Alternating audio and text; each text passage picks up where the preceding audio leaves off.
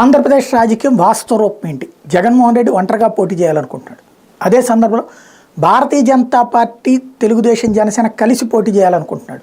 ఎందుకు అంటే వాళ్ళందరూ కలిసి పోటీ చేస్తే మైనార్టీ ఓట్లు గుంపగొత్తగా తనకే వస్తే 2019లో 80% మైనార్టీ ఓట్లు వచ్చినాయి, 20% తెలుగుదేశానికి కానీ జనసేనకు కానీ పడ్డాయి. కాబట్టి అవి కూడా ఇటు రావాలంటే వాళ్ళ ముగ్గురు కలిసి పోటీ చేయాలనుకుంటున్నాడు.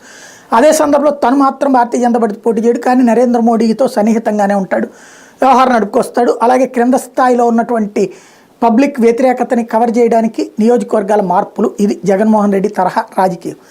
అదే సందర్భంలో తెలుగుదేశం పార్టీ జనసేనని కలుపుకెళ్తూ భారతీయ జనతా పార్టీని ఎందుకు కావాలనుకుంటోంది అంటే, భారతీయ జనతా పార్టీ తోడొస్తే కనుక విరాళాలు ఇచ్చే వాళ్ళ సంఖ్య పెరుగుతుంది, అట్లాగే డబ్బు ఉన్నటువంటి వాళ్ళు ఎన్నికల్లో పోటీ చేయడానికి ముందుకు వస్తారు.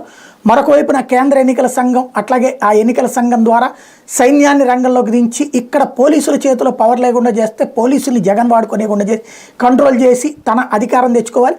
అదే సందర్భంలో భారతీయ జనతా పార్టీ ఇచ్చిన సీట్లతో సర్దుకోవాలి, జనసేన ఇచ్చిన సీట్లతో సర్దుకుని ఓవరాల్గా తన డామినేషన్లో సాగాలన్నట్టు తెలుగుదేశం పార్టీ ఆలోచన. జనసేనకు వచ్చేటప్పటికి ముందు తెలుగుదేశం పార్టీతో వెళ్ళి అసెంబ్లీలో అడుగుపెట్టి కొన్ని సీట్లు సంపాదించి అప్పుడు సరైన ప్రతిపక్షంగా వహించి ఆ తర్వాత ప్రజాదరణ పొంది 2024కి జగన్ని పక్కకు పంపించే చంద్రబాబుని పక్కన పెట్టించేసుకుని ముందుకు వెళ్ళిపోవాలని దాని ఆలోచన.